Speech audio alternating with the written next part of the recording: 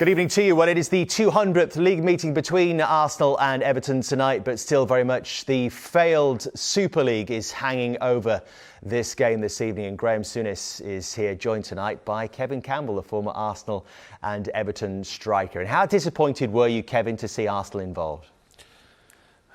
Was I surprised? No. I was disappointed because I'm a traditionalist.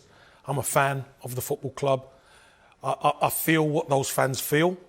And it's the way it was done, and it just had total disregard for the fan base. So I could imagine there's a lot of boiling tempers down there. And Stan Kroenke's got form of not having a feeling towards the football club. And I think that was the straw that broke the camel's back. Very difficult for Arsenal fans to not vent their anger. Do you think this is the final straw then for the Kroenkes? Well, I don't think it is, because billionaire owners don't tend to do what the fan base wants. But considering what's going on, it's going to be a bit uneasy for them. Is there actually an argument, Graeme, that Arsenal, of all the clubs involved, probably needed the Super League more than anybody else? Yeah, Kroenke would be like any other serious business, and he makes an investment and have an exit strategy. And this is something that, when he bought the football club, would have been muted somewhere in the conversation. So I imagine that this won't go away. It will reappear. It'll pop its head up sometime in the very near future. But all these people, the arrogance they showed, the whole 6 clubs, the arrogance they showed was off the charts. You know, they talk about involving stakeholders. The only stakeholders have to involve are the supporters. They're the ones that matter. You know, they're the ones that would have, there would have been people who didn't fancy it. But I would suggest that the PR companies that are advising these clubs don't charge any fees for the last week's episodes. They have got it wrong, and how they've got it wrong. And I think, as much as it would have been a kickback from some supporters, I think if they'd gone about it a different way, they just may have got this through. Of course, they're trying to build bridges now, and we heard from the Arsenal chief executive, Vinay Venkatesham, speaking at a fans forum yesterday. He said, reiterating the fact that Arsenal were not among the main drivers of the project, and said they only agreed to be involved because they feared being left behind. And this is what Josh Kroenke said, the son of the owner, Stan Kroenke, who of course took charge of the club, sole charge in 2011. He said this: "We asked ourselves, what is worse, a Super League or a Super League without Arsenal? We also asked ourselves, what do the fans want? Well," he said, "I think the global fan wants Arsenal against Barcelona as much as possible. English fans want to see more big matches, but you also still want your cold nights in Stoke. We have no intention of selling," he told the fans yesterday. "I believe we're fit to carry on in our position as custodians of Arsenal. We were put in a very difficult position by forces outside of the club." It does seem, Kevin, that they are all trying to blame other people here.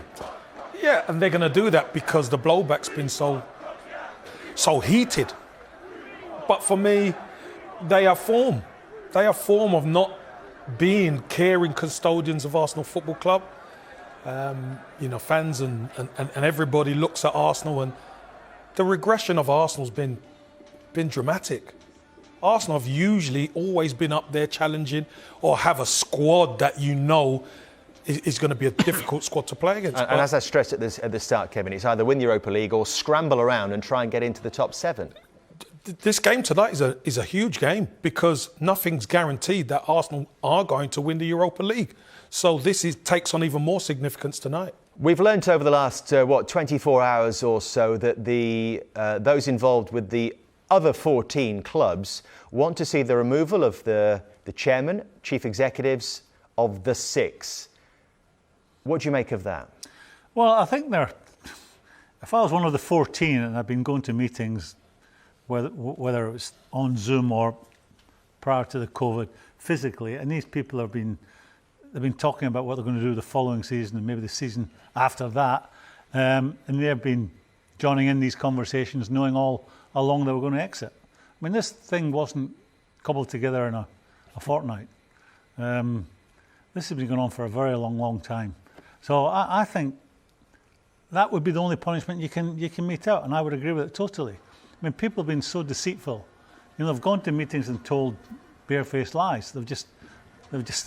I personally couldn't sit in the same room as if I was one of the 14, I could not sit in the room with any of those six. That's Vinay Venkateshan with his back to us, obviously talking to the director of football at Everton, Marcel Brands, and we don't know what he's saying, but perhaps he's trying to plead his case. We do understand that Vinay actually called all of those 14 clubs individually yesterday to try and what? Start to build bridges, I guess, try and win back some trust. So I'm sorry I told you porky pies on a regular basis. It's an absolute nonsense. See, what punishment can you dish out that wouldn't impact on the supporters? Dot points. It affects the fans, yeah. Yeah, that would affect the fans. You know, you fine the club. I mean, the clubs would pass that on to the supporters. Whatever punishment, you know, deducting points, fining them heavily. That would eventually filter down to the supporters, who would ultimately pay for the punishment. Yeah. So you can't really damage them other than heads must roll, and they have to have some sacrificial lambs. I'm sorry.